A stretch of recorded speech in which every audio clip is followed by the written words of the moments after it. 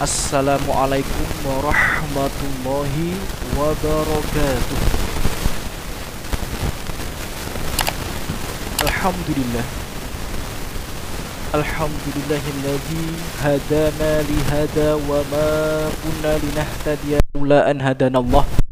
Segala puji hanya pantas kita panjatkan kepada Allah Jalla Jalaluh yang telah memberikan kita nikmat rahmat yang melimpah, tidak terhitung jumlahnya, dan sesungguhnya kita harus banyak bersyukur karena sampai saat ini Allah masih memberikan nikmat terbesar yang bisa dimiliki oleh seorang hamba, yakni nikmat keislaman, nikmat keimanan, nikmat hidayah, nikmat mengenal dan mencintai sunnah.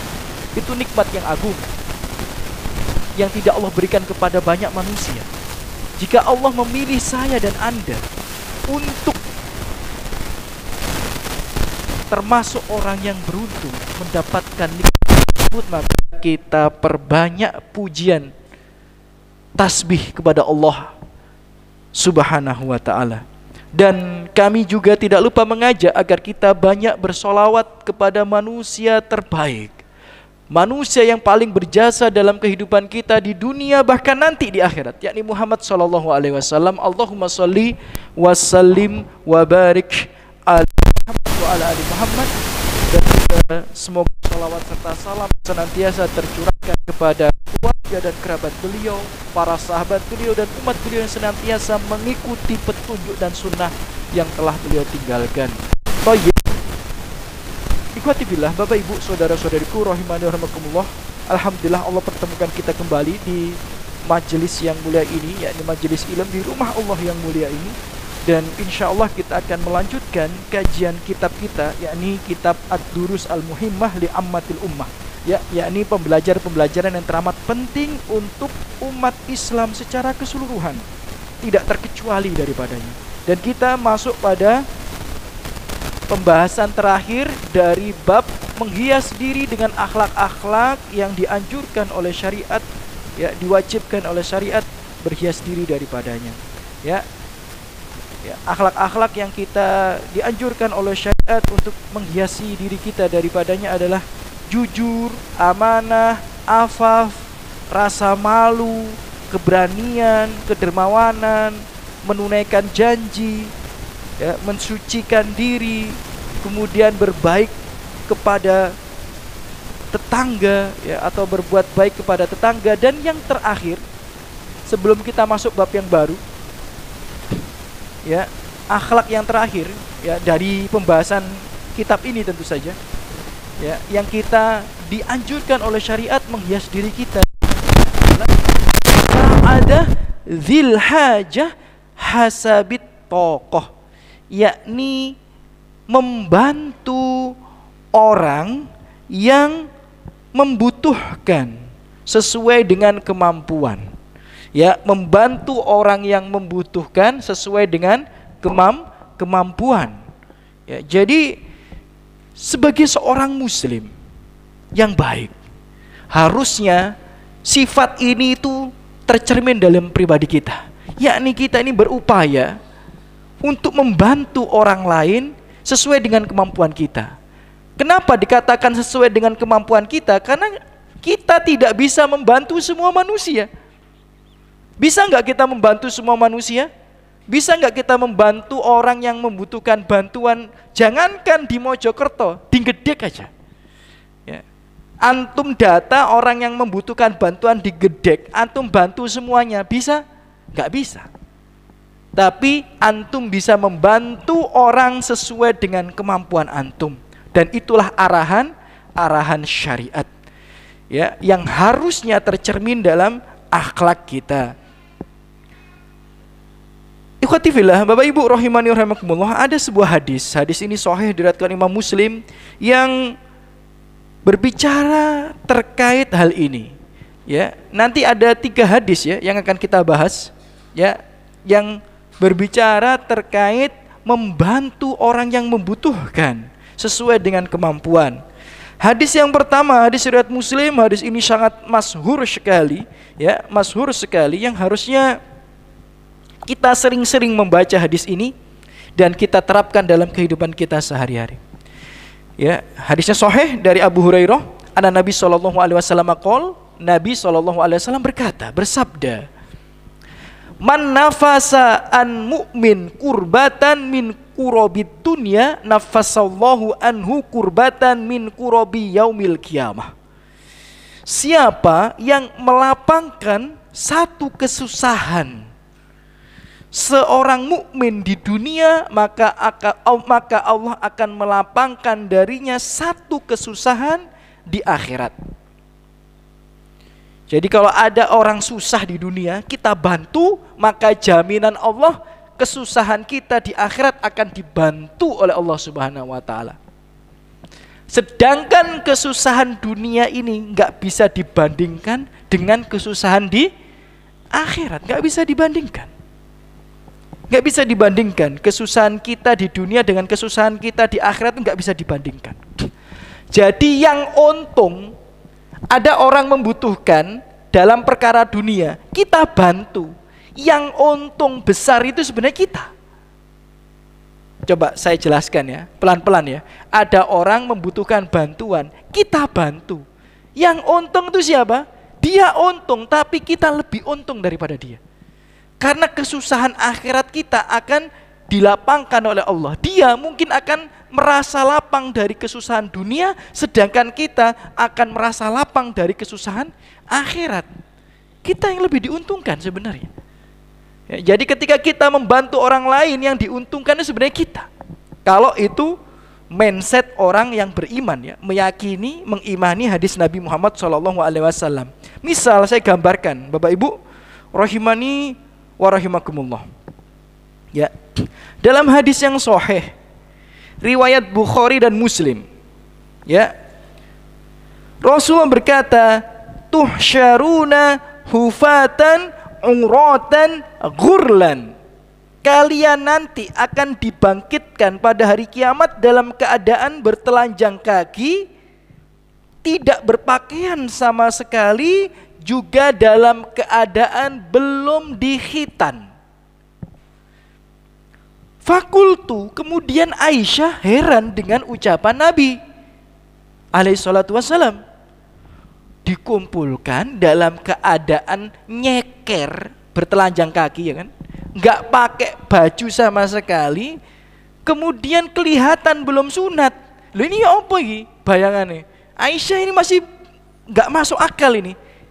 Bagaimana orang nanti telanjang dikumpulkan bareng-bareng di padang mahsyar gitu? Ya Rasulullah, kata Aisyah, wahai Rasulullah, ar-rijalu wan nisa'u yang duru ba'duhum ila ba'. Loh kalau kayak gitu, nanti laki-laki saling melihat, wanita juga saling melihat aurat di antara mereka dong.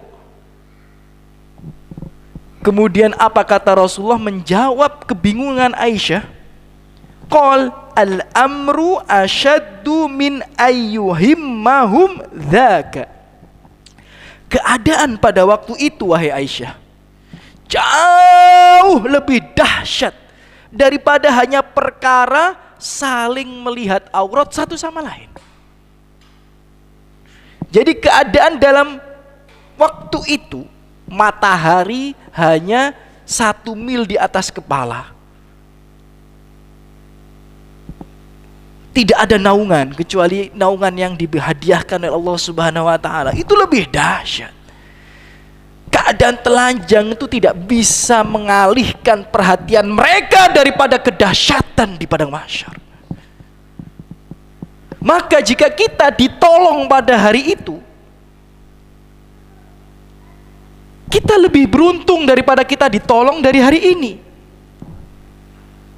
Ada orang gak bisa bayar SPP sekolah anaknya, ditagih terus sama sekolahnya. Kemudian kita tolong 300.000. Dia merasa terbantu? Oke, iya dia merasa terbantu. Tapi pertolongan ini dengan pertolongan Allah di hari kiamat, ketika kita bersusah payah, yang pada waktu itu seseorang dalam sebuah riwayat bisa berdiri dan tidak beristirahat khamsina alfasana, 50.000 tahun.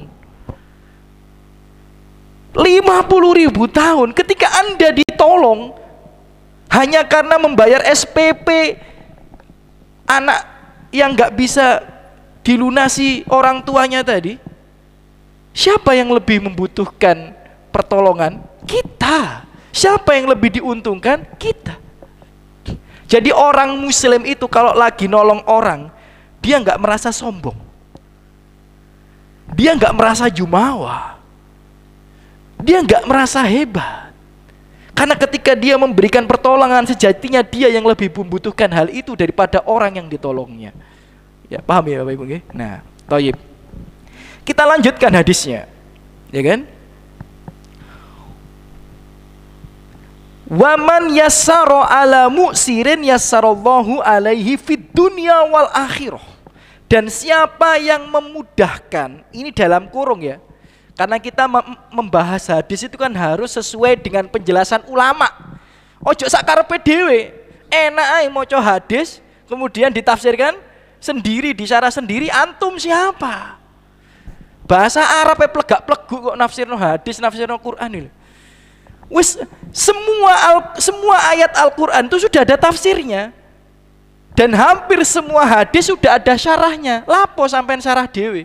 Itulah kadang-kadang saya itu jengkel, kudu tak cakot ya Ustaz itu ya. Ono hadis kok disyarah dhewe lapo gitu loh. Ya. Hadis itu sudah ada yang mensyarah, antum mau syarahnya siapa?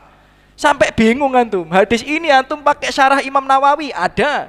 Hadis ini antum pakai syarah Ibnu Hazm, ya ada.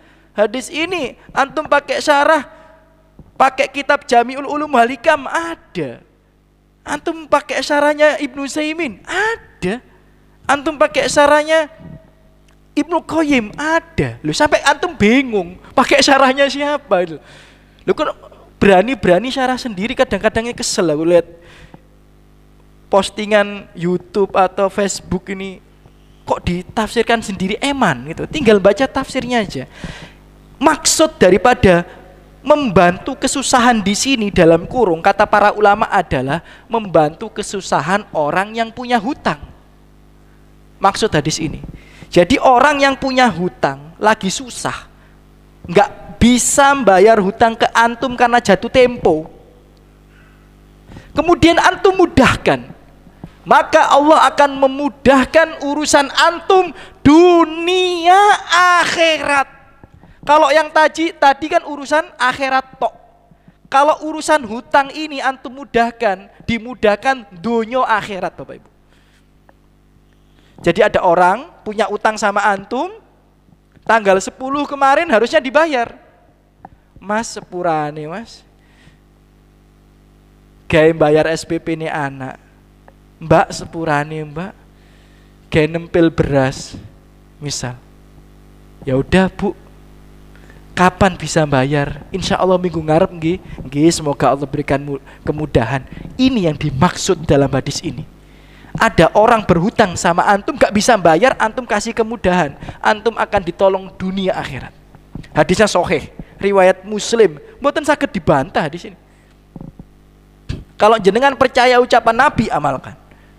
Sama antum punya kontrakan, kemudian jatuh tempo, mas, yo minggu ngarep ya tak bayar kontrakane, wulan ngarep ya tak bayar kontrakane, kan hutang itu. Antum mudahkan sama. Jadi ini berkaitan dengan utang, Allah akan bantu urusan antum dunia dan akhirat. Ya, maka orang muslim itu akan berusaha untuk memudahkan. Bukan melupakan loh ya, memudahkan. Nek melupakan akeh tunggal ya Mas Andi. Ngelalekno utangnya bahaya iki. Ya, ya. Memudahkan tuh memberikan jatuh tempo yang lebih lama gitu, bukan melupakan. Melupakan repot nanti ya, merupakan repot akhirnya gara-gara utang gak teko nang kajian. Nah itu ya, repot ya. Lanjut ya. Waman sataro musliman satarahullahu fid dunya wal akhirah. Dan siapa yang menutup aib seorang muslim, maka Allah akan menutup aibnya di dunia dan akhirat. Apakah semua aib harus kita tutup? Tidak. Saya ulang sekali lagi, apakah semua aib harus kita tutup? Tidak. Aib seorang muslim yang bisa merugikan manusia yang lain, muslim yang lain, nggak harus kita tutup. Ya, jadi aib yang bisa merugikan muslim yang lain nggak harus kita tutup. Tapi aib yang hanya berkaitan dengan dirinya sendiri boleh dan baiknya kita tutup. Setiap kita punya maksiat. Setiap kita punya maksiat. Siapa di antara kita nggak punya maksiat? Nah, pas kebetulan antum lihat maksiat teman antum. Dan ini nggak berkaitan dengan muslim yang lain, tutupi aja, nggak usah diceritakan. Walaupun dia ustadz, walaupun dia ustadzah, walaupun dia panitia kajian, walaupun dia hadir rutin di majelis ilmu, tutupi. Selama itu tidak bersinggungan dengan manusia yang lain. Kecuali aibnya berupa apa? Nek utang gak tahu bayar, misal. Kalau bisnis selalu bohong, nah ini boleh. Antum cerita no, hati-hati yo. Si fulan ku api uangnya, api. Tapi nek utang jarang dibayar. Korbannya wis akeh. Boleh nggak ini disampaikan? Boleh. Boleh gitu ya. Itu yang seperti itu boleh. Ya. Jadi aib itu nggak semuanya ditutup. Kalau merugikan manusia yang lain boleh disebarkan. Ya, untuk mencegah kemudorotan. Ya, itu lebih utama.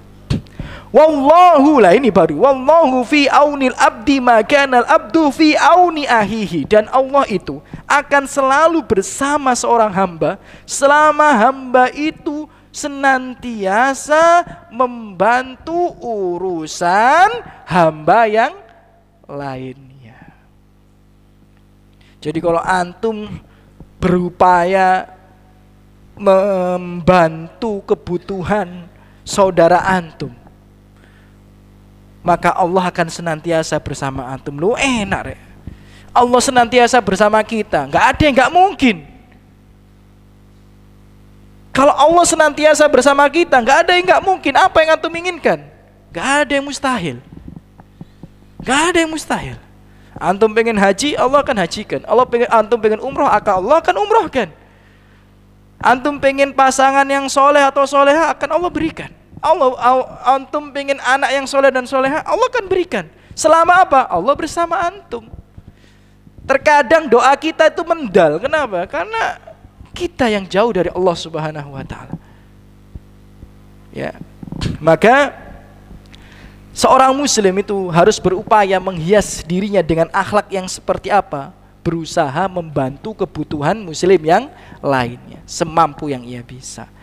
Karena maslahatnya sangat banyak, keutamaannya begitu besar. Ya. Bahkan Bapak Ibu rahimani wa rahimakumullah. Ya. Sampai ada loh ya sebuah hadis ini. Ini diriwayatkan oleh At-Tabrani dan hadis ini sahih ya. Dikatakan wa man masya ma'a akhihi fi hajatin hatta yatahayya lahu asbatallahu qadamahu yauma tazulul aqdam. Ya.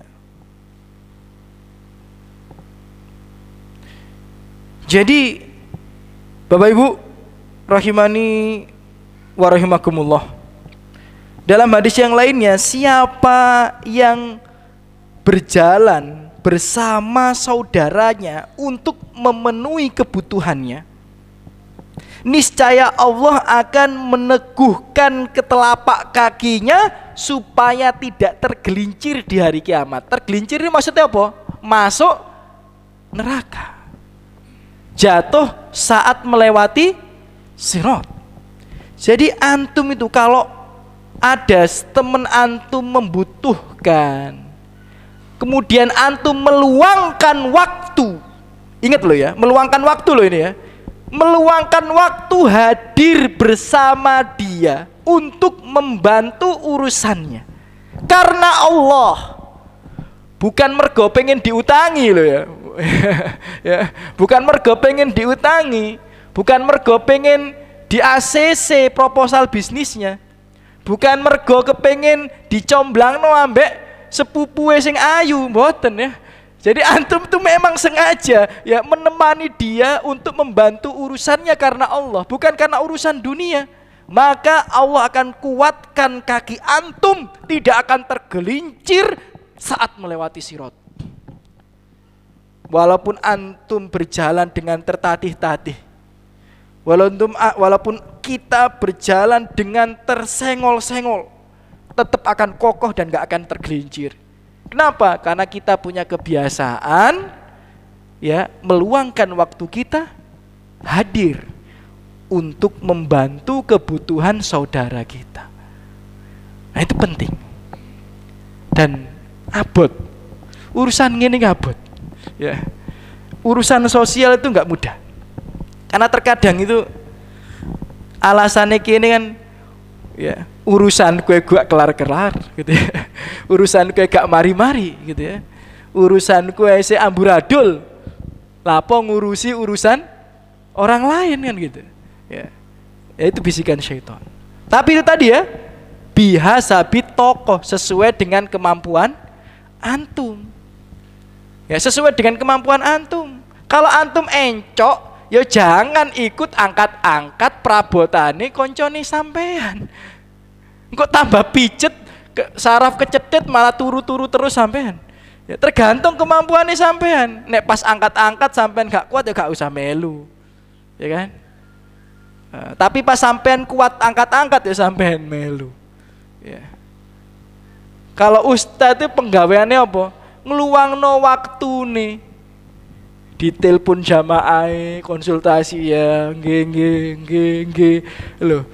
Asine sapa sing nek enak turu ya milih turu aku asline Pak, temenan lho.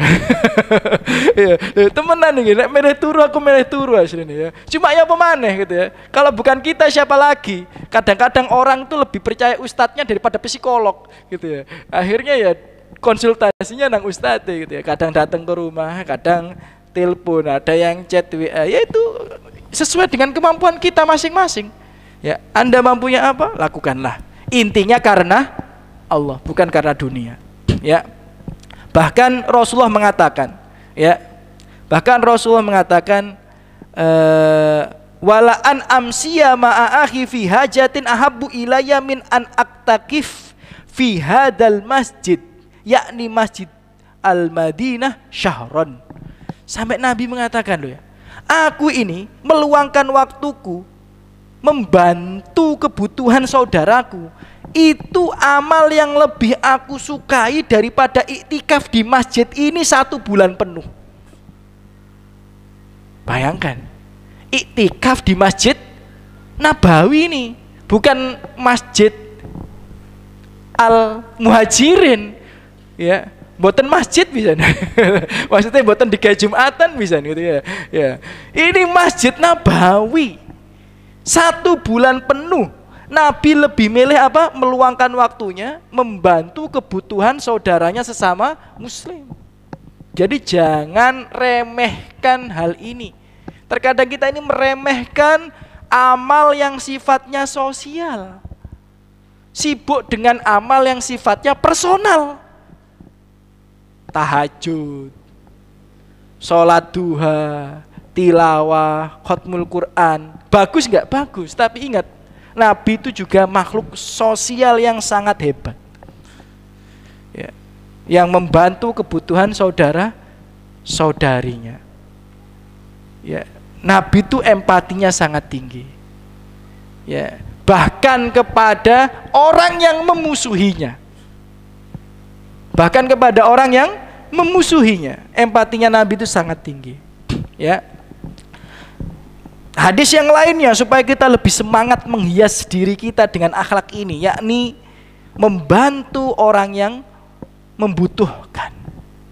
Ya. Dalam sebuah hadis dikatakan, hadisnya riwayat Tabrani juga, ahabbun nasi ilallahi ta'ala anfa'uhum linnas. Manusia yang paling dicintai oleh Allah adalah orang yang paling bermanfaat bagi manusia yang lainnya. Wa ahabbul a'mal ilallahi ta'ala sururun tudkhiluhu ala muslim. Dan amal yang paling dicintai Allah adalah kebahagiaan yang kau hadirkan dalam hati seorang muslim.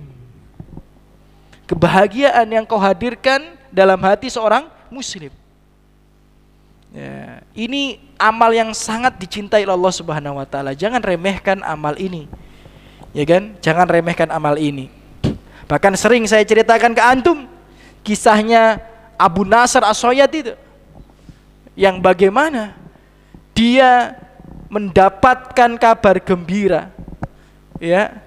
Bukan karena sedekahnya yang ribuan dirham. Antum tahu kan kisahnya? Abu Nasr As-Sayyad itu yang sering saya sampaikan itu, yang dia orang yang sangat miskin, kemudian tanya sama istrinya, ada yang dimakan? Nggak ada.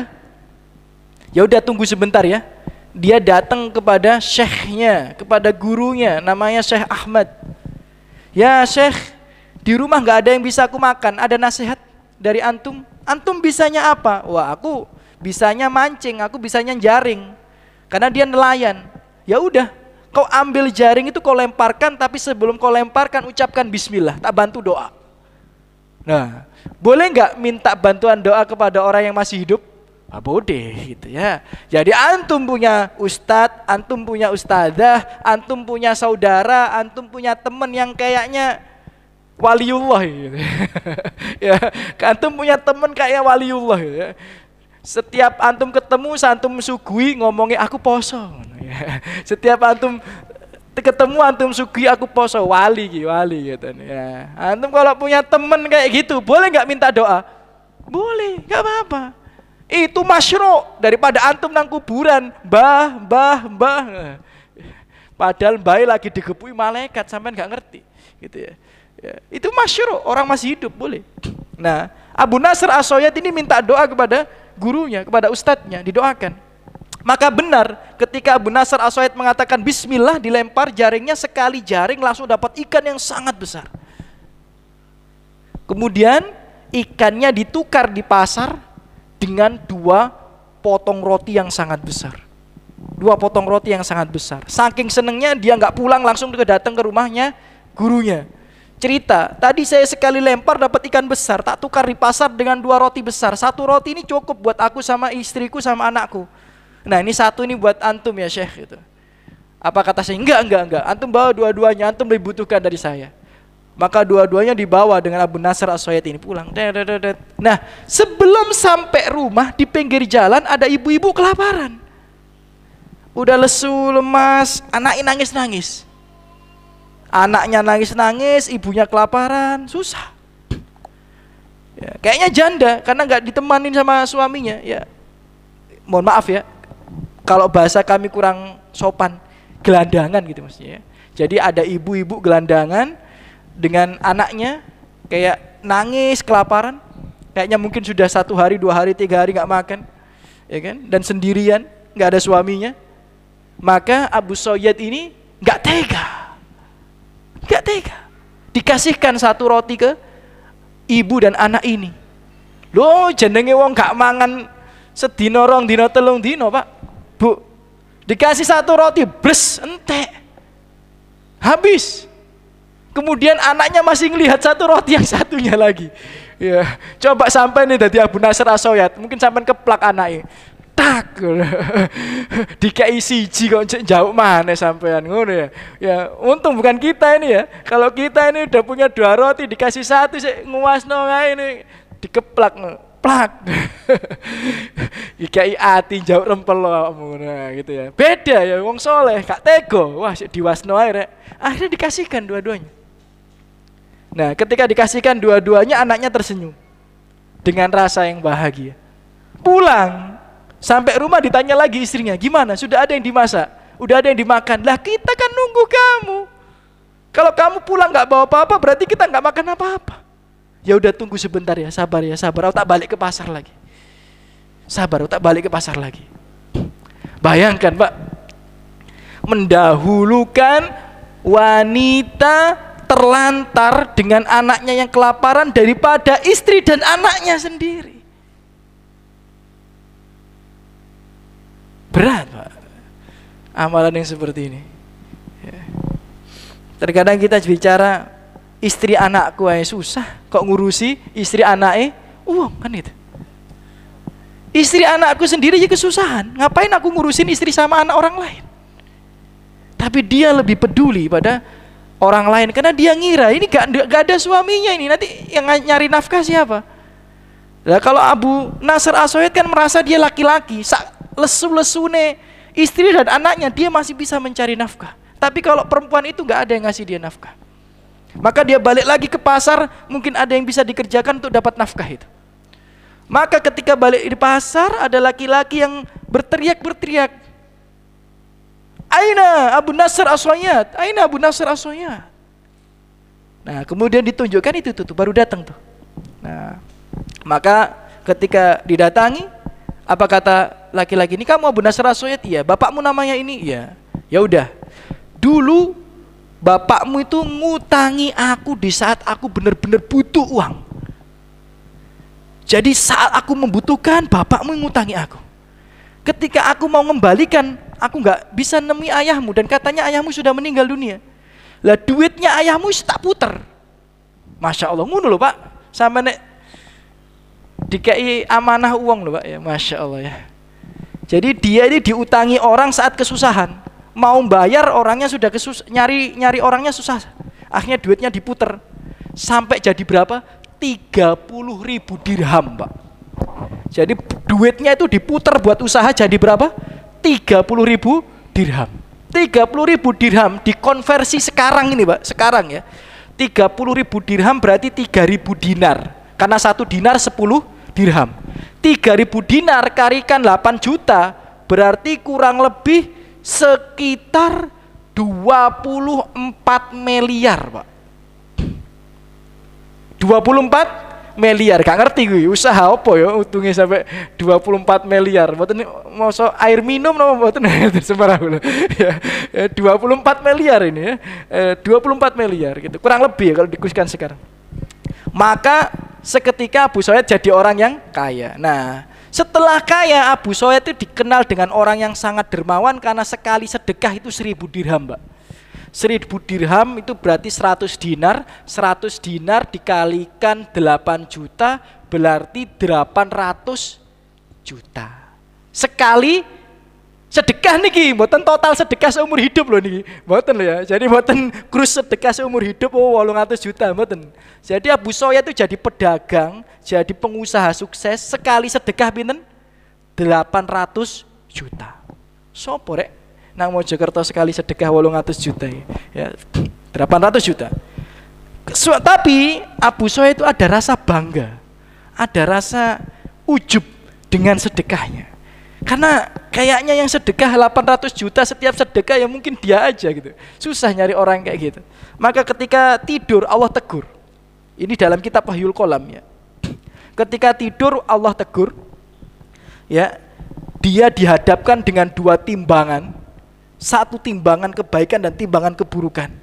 Ternyata timbangan keburukannya jauh lebih berat daripada timbangan kebaikannya. Wah, kacau ini bahasa gitu ya. Susah ini. Nah, dia protes. Nah, sampean mengke protes monggo nek pengen protes nang Gusti Allah sampean ya. Jadi ya jadi sampean kalau nang pengadilan Allah mau protes monggo protes. Enggak masalah. Karena dalam Al-Qur'an, dalam hadis banyak cerita tentang orang yang protes ya dengan pengadilan Allah. Tapi Allah Maha adil, Allah Maha adil, enggak menzalimi. Abu Sayyid bertanya, "Aina sodakoti?" Di mana sedekah-sedekahku itu? Datangkan sedekahnya, datangkan sedekahnya. Didatangkan sedekah-sedekahnya yang ribuan dirham itu. Blek blek blek blek blek blek blek, enggak gerak, Pak. Sama sekali enggak gerak. Wis, mulai Abu Sayyid. Wah, masa depan suram ya bahasanya gini ya. Susah. Nah, kemudian dikatakan kepadanya, innaka la tutlamul yaum. Kamu tidak akan dizolimi hari ini. Datangkan 2 potong roti yang sudah dikasihkan dia dulu kepada wanita miskin dan anak-anak yang kelaparan itu. Dibawa 2 potong roti itu ditimbangkan, blek. Akhirnya timbangannya sama rata, Pak. Jadi timbangan kebaikan dan timbangan keburukannya sama rata. Wah, bahasane basa Jawa ini oleh angin nih. Ya, wah, oleh angin nih. Wis padha rata ya. Kebaikan sama keburukannya udah sama rata oleh angin nih. Nah, kemudian dikatakan innaka la tutlamul yaum. Hari ini kamu gak akan dizolimi. Jadi ingat Bapak Ibu, jangan pernah remehkan kebaikan kita walaupun secuil. Dia bingung, mana lagi yang belum ditimbang?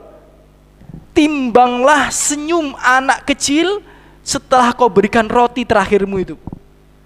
Maka senyum anak kecil, bahagianya anak kecil itu sebagaimana hadis sururun tudkhiluhu ala muslim. Kebahagiaan yang kau hadirkan dalam hati seorang muslim. Itu ditimbang, Pak. Sampean itu membuat orang lain bahagia itu ditimbang. Saya ulang sekali lagi, ada orang muslim sedih kemudian Anda bahagiakan, itu ditimbang amal itu. Enggak akan ditinggalkan oleh Allah Subhanahu wa taala. Maka ditimbang kemudian malat. Ya, lebih beratlah timbangan kebaikan itu daripada timbangan keburukannya. Ya, sedangkan sedekahnya yang banyak itu ada fihi syahwatun minan nafs, dalam riwayat ada keujuban dalam hatinya, ada kesombongan. Sedangkan membantu kebutuhan orang itu biasanya dilakukan karena ikhlas, ya kan? Karena keikhlasan. Maka itu yang bisa membuat dia selamat. Bapak Ibu rahimakumullah, jangan remehkan kebaikan kita kepada manusia yang lainnya. Ya, itu akan ditimbang oleh Allah Subhanahu wa taala. Selain itu mulia di sisi Allah, itu juga mulia di mata manusia. Jadi amal yang mulia di mata Allah dan di mata manusia yang lainnya adalah membantu orang yang membutuhkan. Agamanya apapun, kalau dia empati pada orang, pasti dianggap orang baik. Gini mboten? Nggih. Urusan nang akhirat model apa, tapi dia dianggap orang baik. Ya. Tapi orang muslim ketika dia empatinya tinggi, di dunia dia dianggap orang baik, di akhirat dia akan mendapatkan bantuan yang hebat dari Allah Subhanahu wa taala. Itu ya, yang terakhir tentang ya, membantu orang yang membutuhkan sesuai dengan kemampuan. Ingat ya, sesuai dengan kemampuan, jangan di luar kemampuan kita. Ya, jangan di luar kemampuan kita. Loh Ustadz, Abu Nasr As-Soyad kok kayaknya di luar kemampuan, ya iku imane bedo katanya ya. Ya, Abu Bakar nggih ngoten. Abu Bakar nek kalau sedekah gak ukuran. Semua hartanya langsung bles. Gak ono sisa, Pak. Itu Abu Bakar. Utsman juga kayak gitu. Utsman itu mau perang Tabuk itu kan gitu ya. Pulang deg bawa 6.000 atau 600 unta itu. Sak barang dagangannya langsung fisabilillah. Gak dipikir bojone ambek anake. Ya ancene kuat imane. Ya kuat imane. Kene sik mikir-mikir kok sekolah ibu wulan ngerap anakku ya opo, mangane opo. Sik mikir-mikir kene, Pak. Nek Abu Bakar, Utsman kuat, Pak. Tatak, Pak, gitu ya. Ya. Antum biasa seperti itu ya, itu urusan antum dengan Allah Subhanahu wa taala ya. Itu urusan antum dengan Allah Subhanahu wa taala. Kalau iman antum kuat monggo ya, bismillahirrahmanirrahim. Nah, itu akhlak-akhlak. Ini contoh loh ya, enggak semuanya ya. Akhlak-akhlak yang kita ini diarahkan syariat untuk menghiaskan diri kita dengan hal tersebut ya. Kita masuk pada bab berikutnya. Sampun adzan dereng ya. Ya. Baik, kita masuk pada bab berikutnya. At-ta'dib bil adabi al-islamiyah. Mentarbiyah dengan adab-adab islami. Mentarbiyah dengan adab-adab islami. Mentarbiyah ini maksudnya siapa yang ditarbiyah? Ya diri kita sendiri dong. Masa antum mentarbiyah orang lain sedangkan diri antum belum tertarbiyah, ya kan? Mentarbiyah diri kita dulu, baru mentarbiyah orang lain. Mendidik diri kita dulu, baru mendidik orang lain gitu ya. Gak mungkin kita mendidik orang lain sebelum kita mendidik diri kita sendiri ya. Jadi mentarbiyah dengan adab-adab islami, dimulai dari diri kita, keluarga kita, orang-orang yang kita cintai, dan orang-orang yang dekat dengan kita. Adab-adab Islam ini macamnya banyak. Maka Syekh ya bin Bas rahimahullah ta'ala memberikan contoh. Yang sebelumnya itu juga contoh, akhlak-akhlak mulia itu ya contoh gitu ya. Masih banyak akhlak mulia yang lainnya, gitu ya. Tapi itu contoh saja. Dan ini juga diberikan beberapa contoh adab Islami yang harusnya ada pada diri kita. Kita ajarkan pada keluarga kita. Kita ajarkan kepada orang-orang yang kita cinta. Karena ya ayyuhalladzina amanu qu anfusakum wa ahlikum nar. Wahai orang-orang beriman, jagalah dirimu dan keluargamu dari siksa api neraka. Kata Ali bin Abi Thalib, menjaga diri kita dan keluarga kita dari siksa api neraka adalah alimuhum wa adibuhum. Ajari mereka urusan agama dan ajari mereka adab dan akhlak yang baik. Jadi yang akan kami bacakan ini bukan hanya untuk diri kita, tapi untuk keluarga kita, dan itu wajib. Ya, wajib. Contoh adab-adab Islami yang harus kita tarbiyah pada diri kita dan keluarga kita, orang-orang yang kita cinta. Yang pertama, assalam, yakni membiasakan salam. Membiasakan salam. Ya. Salam ini, Bapak Ibu rahimani rahimakumullah, dalam sebuah hadis riwayat Muslim, Rasulullah SAW bersabda, la tadkhulunal jannah hatta tu'minu. Kalian itu tidak mungkin bisa masuk surga sebelum kalian beriman. Kita itu nggak mungkin masuk surga kalau dalam dada kita ada kesyirikan. Nggak bisa. Orang kafir tuh nggak akan bisa masuk surga. Orang musyrik juga nggak akan bisa masuk surga, sebaik apapun mereka. Antum lihat berita kemarin itu, ada orang-orang kafir ikut kurban. Loh, ini serius ini. Orang-orang kafir ikut nunut kurban. Secara syariat boleh apa tidak hukum kurban dari orang kafir? Antum panitia masjid, ada tetangga antum yang kafir, Pak Toyo titip sapi 700 kilo. Wah, eman ditolak Pak Toyo. 700 kilo. Ya kan gini. Ya. Boleh nggak diterima? Secara hukum boleh diterima. Boleh diterima. Tapi pertanyaannya, apakah itu bisa menyelamatkan mereka dari siksa api neraka? Apakah itu bisa memasukkan mereka ke surga Allah? Nggak bisa. Yang pernah Ana ceritakan ke antum itu, ada orang kafir sumbang masjid 40 juta. Kisah nyata ini Pak. Jadi anaknya muslim, bapaknya masih kafir, nyumbang masjid 40 juta. Kisah nyata ini. Ya, nggak saya sebutkan namanya, nanti tersinggung dia ya. Jadi anaknya yang cerita, bapaknya nyumbang masjid biro 40 juta. Mungkin nang pikirannya bapaknya, aku Kristen, tapi aku wis nyumbang masjid 40 juta ya. Kok nek pas Kristennya keliru, aku duwe tabungan biro 40 juta. Mungkin pikirannya ngono ya. Ya, mungkin pikirannya ngono ya. Sak Kristennya aku wis nyumbang masjid biro 40 juta. Gak ngono konsepnya Pak. Ya, walaupun antum nyumbang masjid 40 juta sampai 100 juta, kalau kafir gak bisa mlebu surga Pak. Mboten saged. Ya, enggak sih. Dadi dukun. Antum tahu dukun nang Pasuruan nih?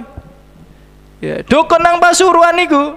Lah wong kula lho ngisi khutbah Jumat tuh rutin Pak di situ Pak. Di masjid Pak, enggak saya sebutkan ya nama masjidnya ya, bahaya nanti ya. Masjid di Pasuruan itu salah satu masjid saya itu rutin Pak ngisi khutbah Jumat di situ. Jamaahnya banyak. Nah, saben mulih setiap perjalanan pulang selalu ngelewati rumah dukun viral Pak.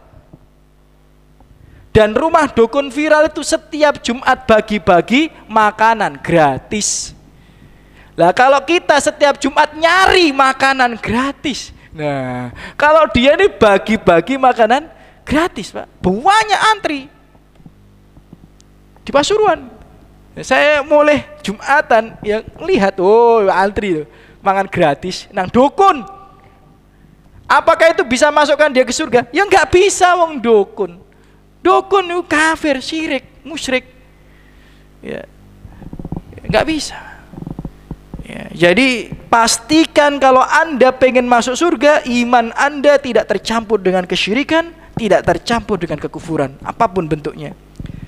Wala tu'minu hatta tahabbu, dan kalian itu tidak layak dikatakan sebagai orang yang beriman sebelum kalian saling mencintai satu sama lain.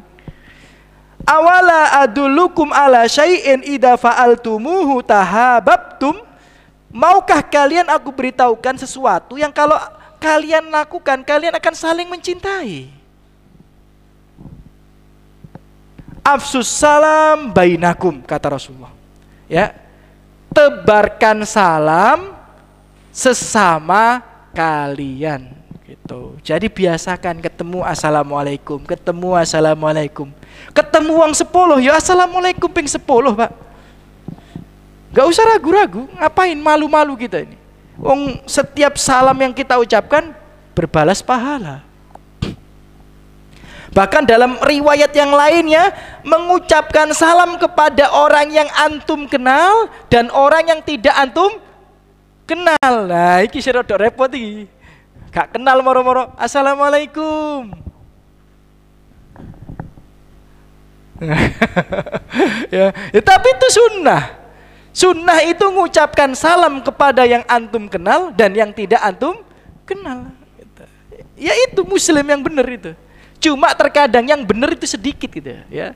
Yang ngamalkan sunnah itu sedikit. Jangankan yang nggak kenal, yang kenal aja pura-pura gak kenal supaya gak salam. Wah, ono fulan pura-pura gak roh. Nah, ya kan? Nah, ini aja hadis itu nganjurkan yang kenal dan yang tidak dikenal. Jadi itu ya, adab pertama yang harus kita hiasi dan kita ajarkan pada anak-anak kita. Ayo salam, salam, salam, biasakan salam. Yang nomor 2, al-basyashah, senyum. Ojo cemberutai, cemungutai, ya, surem, ya. Mukane lo, muka surem, ojo Pak, Bu, ya senyum, ya. Tapi ojo senyum nang rondo, bahaya gitu. ya, senyum itu perempuan ke perempuan, laki-laki ke laki-laki, ini bahaya men. Ya, tonggo sampean sing wedok-wedok sampean senyumi terus, bahaya. Ojo ya. Ya, tundukkan pandangan. Ya, sesekali ya boleh lah kalau rame-rame dan tidak ada fitnah. Monggo Ibu, ya, monggo ya Ibu ya boleh ya sesekali. Tapi kalau menimbulkan fitnah jangan. Ya, antum ukur sendiri ya. Antum ukur sendiri. Nah, hadisnya riwayat Muslim, la tahqironna minal ma'rufi syai'an. Janganlah sekali-kali kalian meremehkan kebaikan secuil apapun, sedikit pun jangan. Walau antalqa akhaka biwajhin tolkin. Walaupun hanya sekedar engkau bertemu dengan saudaramu dengan wajah yang tersenyum, jangan remehkan. Ya, bahkan dalam sebuah asar dikatakan ada orang itu bisa masuk surga hanya karena perkara ini, Pak. Ada orang itu bisa masuk surga hanya karena ada sebatang ranting di jalan, dia berhenti, kemudian dia sisihkan. Antum naik motor, ada ranting di jalan, berhenti Pak, sisihkan. Dalam riwayat itu ada orang masuk surga gara-gara itu. Antum naik motor, ada batu di jalan, berhenti, antum sisihkan. Ada orang masuk surga gara-gara itu. Ya, terkadang kita meremehkan perkara kecil, padahal banyak orang masuk surga karena perkara kecil dan sombong dengan perkara sebesar. Padahal ada orang yang kehilangan perkara besar karena kesombongannya. Ya, senyum. Kemudian yang nomor 3, al-aklu bil yamin wa syarb biha.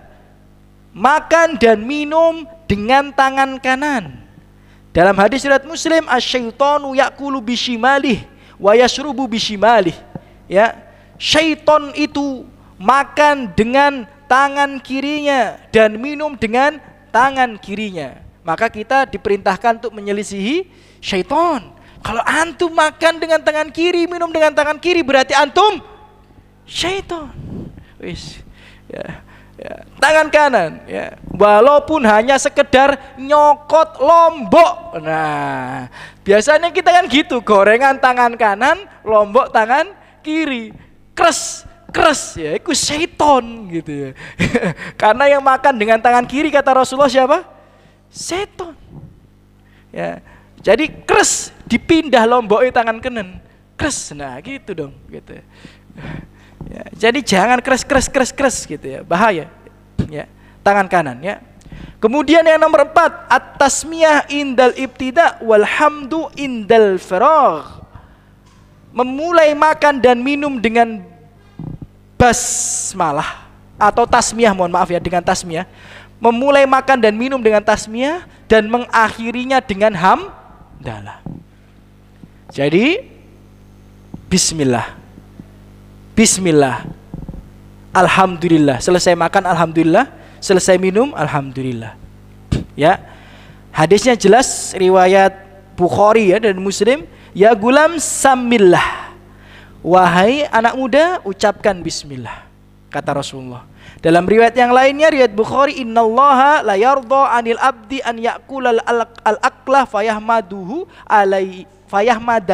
alaiha au yasrab asyurbah fayahmadahu alaiha. Allah itu ridho kalau ada orang selesai makan mengucapkan alhamdulillah, selesai minum mengucapkan alhamdulillah. Tapi ingat ya, yang dimaksud tasmiyah ini ya cuma awalnya aja. Saya pernah itu ya minum ya bismillah, glek ditegur sama murid ana. Ustadz, minumnya nggak ngomong bismillah. Loh, maksudmu ya apa ngono ya? Bismillah ya nang ngarepe tok lah, bismillah glek. Mosok setiap glek bismillah gak mari-mari dikire. Bismillah glek. Bismillah glek. Bismillah gak mari-mari lah, awale tok ngono ya. Ya depannya aja gitu ya. Ala kulli hal ya. Itu nomor berapa ini? 1 2 3 4. Yang nomor 5, walhamdu ba'dal utasi wa tashmid al-atis idha hamadallah. Ya, adab yang nomor 5 adalah mengucapkan alhamdulillah saat bersin dan membalas bacaan tasmid orang yang mengucapkan alhamdulillah saat bersin. Ini hadisnya riwayat Bukhari ya. Ini panjang hadisnya. Intinya salah satu hak seorang muslim adalah ketika dia bersin mengucapkan alhamdulillah, kita membalas dengan ucapan apa? Ya harmu Allah, ya harmukallah, ya harmukillah, ya rahmakumullah, monggo ya boleh ya, itu hadis Bukhari. Thayyib. Kemudian yang nomor berapa ini? 1 2 3 4 5 6. Nomor 6, wa iyadatul marid, menjenguk orang sakit ya, menjenguk orang sakit.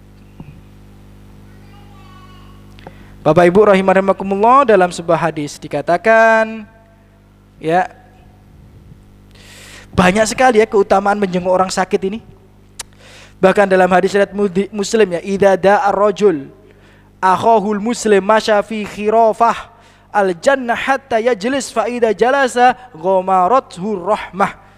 Ada ketika seseorang itu menjenguk saudaranya sama muslim yang sakit, maka seolah-olah itu dia sedang berjalan memetik buah-buahan surga.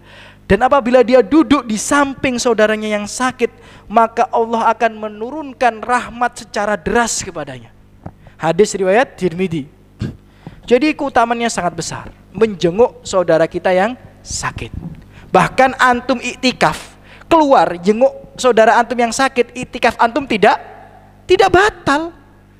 Jadi ada saudara antum sakit, antum keluar antum jenguk nggak batal.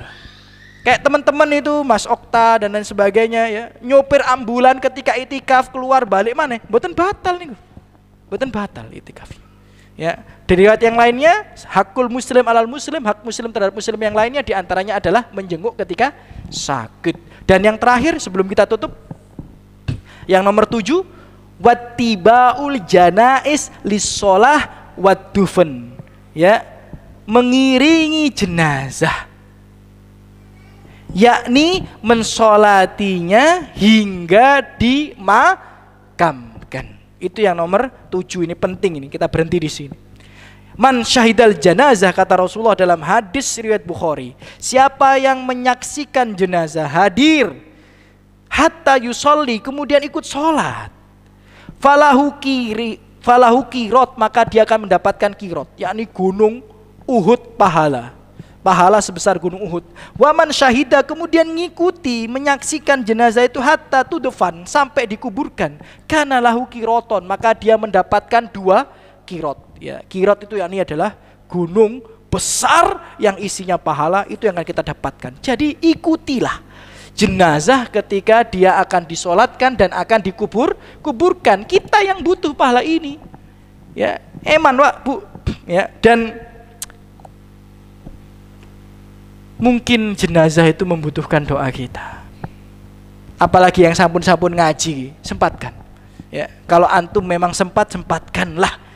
Karena dalam hadis dikatakan, Bapak Ibu rahimani wa rahimakumullah, ya, mamin rajulin muslim yamut, tidaklah seorang muslim meninggal dunia, fayakumu ala janazatihi, kemudian mensolati jenazahnya, arbauna rajulan, 40 orang, la yusrikuna billahi syari'a, tidak mensekutukan Allah sedikit pun, illa syafa'ahullahu au syafa'ahumullahu fihi, kecuali pasti akan Allah berikan syafaat untuknya. Syarah dari hadis ini, dia seandainya berhak masuk neraka, gak akan diizinkan Allah masuk neraka. Bayangkan, bukan mencicipi neraka sedikit kemudian masuk surga, enggak, tidak diizinkan Allah masuk neraka. Syarah hadis ini, tapi gak bisa kita baca secara menyeluruh, waktu kita terbatas. Jadi ada orang muslim mati, dia tahu mentauhidkan Allah dengan benar tapi banyak maksiat. Kemudian antum yang 40 orang ini gak ada yang berbuat kesyirikan sama sekali, Bapak Ibu, ikut sholat, maka dia tidak diizinkan Allah untuk dimasukkan ke dalam neraka. Syarah hadis ini. Maka ibu-ibu ikut sholat, jangan ikut datang doang, sholat Bu. Apalagi yang sampun-sampun ngaji nih, eman, yang kita ini yang sudah ngaji tauhid, yang sudah tahu bahaya syirik, yang sudah memurnikan diri kita daripada kesyirikan, sholati. Jumlah antum itu menentukan syafaat dia di hari kiamat. Ya, hadir dan hadir. Dan antum sering-sering hadir di majelis ilm. Kalau antum sering hadir di majelis ilm yang sholati Pak Sutoyo, Mas Andi, ya kan? Ya, Mas Bayu, sing sampun ngaji-ngaji. Lah santum hadirin nang majelis kopi, sing nyolati yo wong sing seneng ngopi, gitu ya. Kalau antum sering hadir di majelis ini kan nanti kan bisa diworo-woro sama Mas Andi. Itu Pak Fulan meninggal dunia, biasa hadir di Masjid Muhajirin, budal kabeh jamaah. Wis luweh teko petang polo iki nek salat kabeh. Tapi kalau antum gak pernah hadir di majelis ini, lho wong nyolati sampean ya wegah lah. Mosok sampean paksa, mboten saged. Mangke hadir di majelis ilmu, ya, hadir di majelis ilmu, ya, karena penting disolati orang yang mentauhidkan Allah itu penting. Masuk neraka lho gak dadi, Pak. Gara-gara hadis ini. Hadis ini sahih riwayat Muslim. Sapa sing bantah? Enggak ada. Tidak ada yang bantah hadis ini, ya. Jadi antum hadir, ya, antum solati dan antum antarkan sampai di liang lahat, antum dapat pahala, dia juga dapat manfaat dari doa-doa antum. Bahkan yang sering saya sampaikan ini hadis tentang wanita yang berkulit hitam sering nyapu Masjid Nabi, ya, Masjid Nabawi. Ketika Nabi bertanya, mana perempuan yang biasa nyapu masjid itu? Kata para sahabat, matat ya Rasulullah, meninggal ya Rasulullah. Kenapa? Afala kuntum adantumuni, kenapa enggak kamu kasih tahu aku? Meninggalnya tadi malam, antum sudah istirahat. Kalau kami kasih tahu takut ganggu. Ya, daluni ala qabrihi, tunjukkan aku kuburannya. Ya, maka Nabi diantarkan para sahabat untuk mendekati kuburan perempuan itu, kan deket ya, Masjid Nabawi dengan kuburan Baqi kan deket ya. Kemudian dia ditunjukkan, ini ya Rasulullah kuburannya. Nabi sholat, ya, di atas kuburannya. Setelah sholat Nabi bersabda, inna hadhil kubur mamlu'a dzulmah ala ahliha. Jika kalian tahu kuburan ini dan kuburan di sekitarnya penuh dengan kegelapan. Bayangkan wanita yang setiap hari nyapu Masjid Nabi, temennya Nabi, Kuburane peteng dedet lah, kuburane kita ya nopo Pak?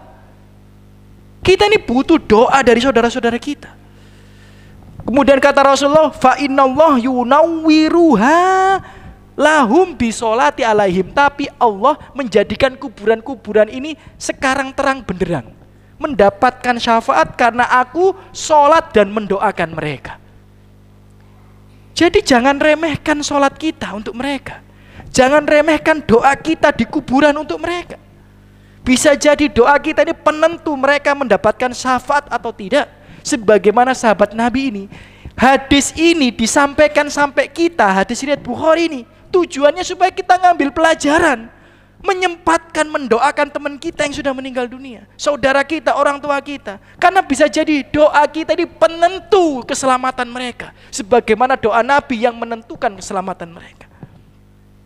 Hadir, sholati mereka, datangi kuburannya. Jika antum terlambat, sholat di kuburannya, doakan kuburannya. Semoga saudara-saudara kita mendapatkan syafaat sebagaimana sahabat Nabi mendapatkan syafaat karena doa-doa daripada sahabat yang lainnya. Aku qouli hada, mungkin itu yang bisa saya sampaikan. Mohon maaf jika saya melebihi waktu, ya, apabila ada salah kata, sikap dari saya pribadi, lebihnya dari taufik Allah Subhanahu wa taala. Alhamdulillah, salatu wassalamu Rasulullah. Semoga yang hadir di sini Allah balas dengan sebaik-baik balasan, diangkat derajatnya, diampuni dosanya, dilimpahkan rahmat rezekinya, yang punya hutang dimudahkan untuk melunasi hutang-hutangnya, diangkat semua masalah musibah penyakit yang menimpa dirinya maupun keluarganya, dan semoga Allah berikan taufik sehingga kita dimudahkan dalam ketaatan, Allah berikan hidayah terus berada di atas kebenaran, dan semoga Allah berikan hadiah terindah dalam kehidupan kita berupa husnul khotimah dan dikumpulkan di surga Allah Subhanahu wa taala. Amin ya rabbal alamin. Kita tutup dengan doa kafaratul majlis. Subhanakallahumma wa bihamdika asyhadu an la ilaha illa anta astaghfiruka wa atubu ilaik. Assalamualaikum warahmatullahi wabarakatuh.